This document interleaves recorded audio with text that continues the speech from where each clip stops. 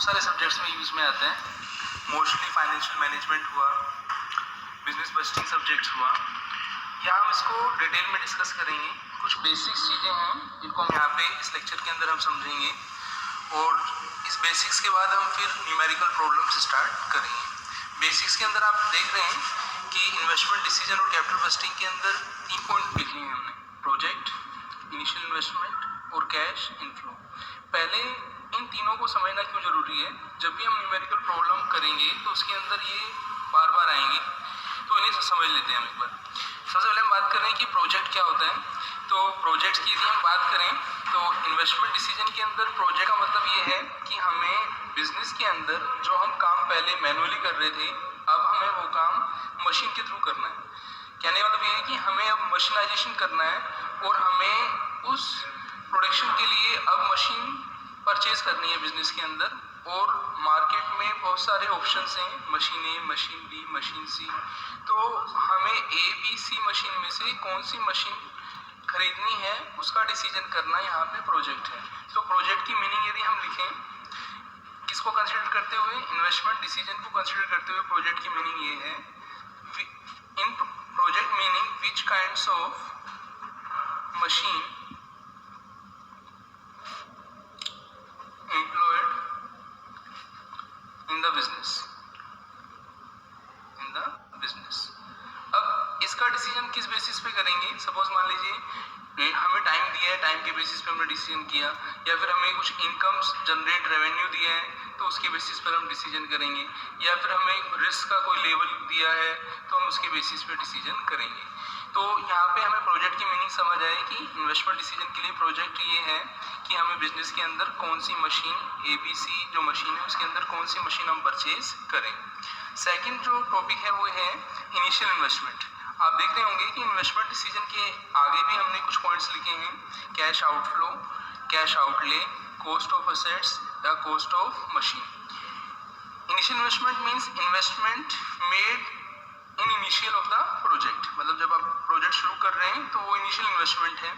अभी तो हम छोटे क्वेश्चंस के अंदर ये देखेंगे कि इन्वेस्टमेंट हमें एक ही मिलेगा एट द बिगिनिंग, वो इनिशियल इन्वेस्टमेंट मानते हैं। लेकिन जब हम टिपिकल प्रॉब्लम्स के अंदर आएंगे तो हमें इनिशियल इन्वेस्टमेंट के साथ साथ ड्यूरिंग द ईयर भी कुछ इन्वेस्टमेंट देगा, एडिशनल इन्वेस्टमेंट, तो हम उसका एडजस्टमेंट वहाँ समझेंगे। अभी तो हम ये मान रहे हैं कि प्रोजेक्ट के अंदर हम शुरू में ही पैसा लगा रहे हैं, वो हमारा इनिशियल इन्वेस्टमेंट है।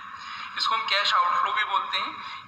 कैश आउटफ्लो इसलिए बोलते हैं क्योंकि इनिशियल इन्वेस्टमेंट के लिए पैसा बिजनेस से बाहर जाता है, तो इसे हम कैश आउटफ्लो या आउटले भी बोलते हैं। और लेमन लैंग्वेज में जो हम वर्ड यूज करते हैं वो कॉस्ट ऑफ असेट्स या कॉस्ट ऑफ मशीन बोला जाता है। तो ये चारों ही नाम इनिशियल इन्वेस्टमेंट के लिए हम यूज में लेंगे। जो नेक्स्ट वन जो है थर्ड, वो है कैश इनफ्लो। कैश इनफ्लो का मीन्स ये है, देखो हम पहले भी प्रोडक्शन कर रहे थे, हम मैनुअली प्रोडक्शन कर रहे थे, तो हम क्यों मैनुअल को मशीन के अंदर लाएं। तो उसके लिए हमें कुछ सेविंग या फिर प्रॉफिट्स वगैरह जो होता है, हम उसको क्या बोलते हैं, कैश इनफ्लो बोलते हैं। कैश इनफ्लो आपने पहले भी पढ़ा होगा।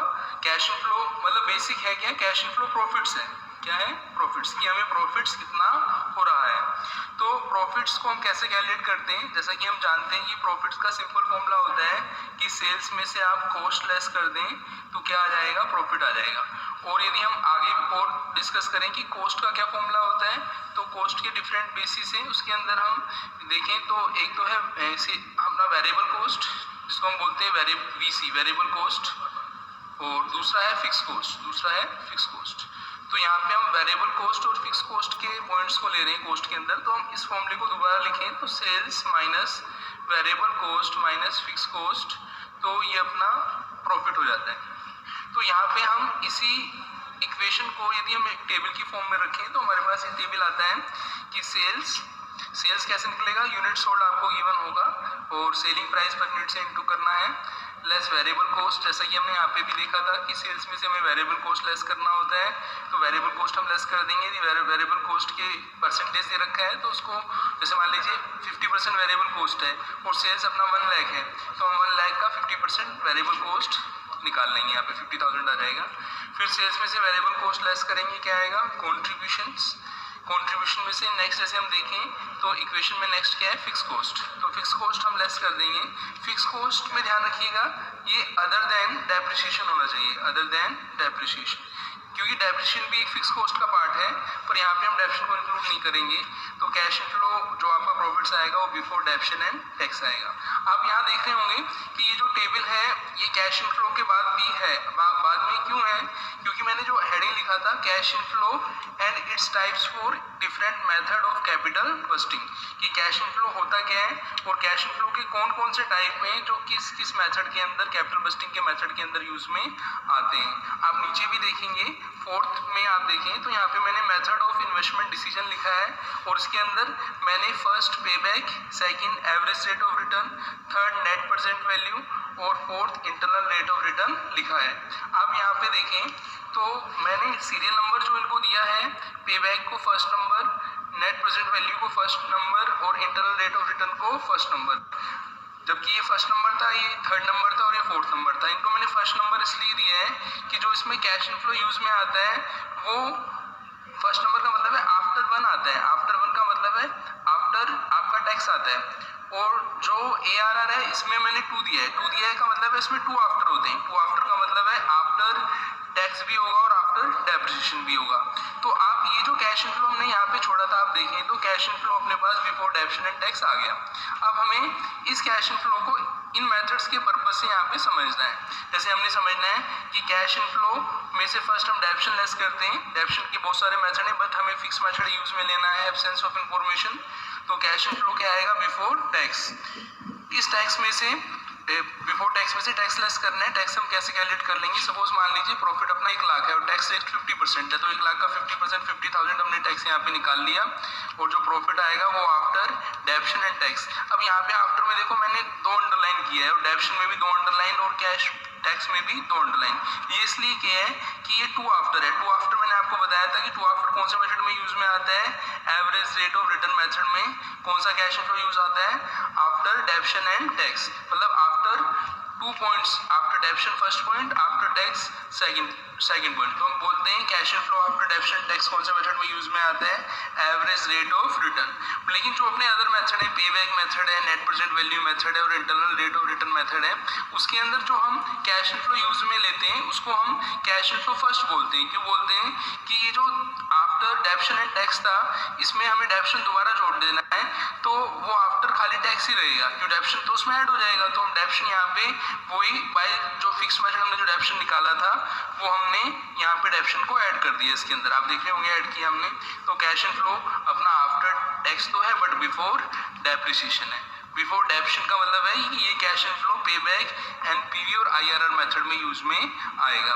अब हम इस वीडियो का समराइज ये ले रहे हैं कि ये जो कैपिटल बस्टिंग या इन्वेस्टमेंट डिसीजन है इसके अंदर जो हम बेसिक्स पढ़ रहे हैं, जो हमें मेथड्स को समझने में काम आएगा, उसके अंदर फर्स्ट हमने पढ़ा प्रोजेक्ट्स की मीनिंग डिफरेंट रेफरेंस में अलग होती है, लेकिन इन्वेस्टमेंट डिसीजन के पर्पज से प्रोजेक्ट की मीनिंग ये है कि हम मशीनाइजेशन के अंदर कौन सी मशीन खरीदें on the basis of time, on the basis of income and on the basis of risk. दूसरा क्या है इन्वेस्टमेंट के अंदर इनिशियल इन्वेस्टमेंट जिसके अदर नेम हमने यहाँ डिस्कस किए।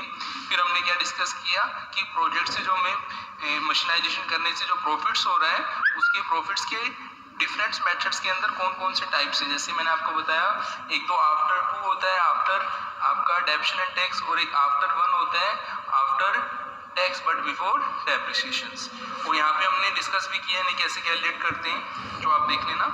और methods of investment decision mostly हम 4 यूज में करते हैं, पे back method, ARR average rate of return, net present value method, IRR method. बस ये ध्यान रखिएगा कि जो कैश इनफ्लो का टाइप्स है पे बैक, नेट प्रेजेंट वैल्यू और IRR के अंदर आफ्टर 1 का मतलब है after tax but before depreciation है, और ARR के अंदर आफ्टर 2 का मतलब हुआ कि after depreciation and after tax है।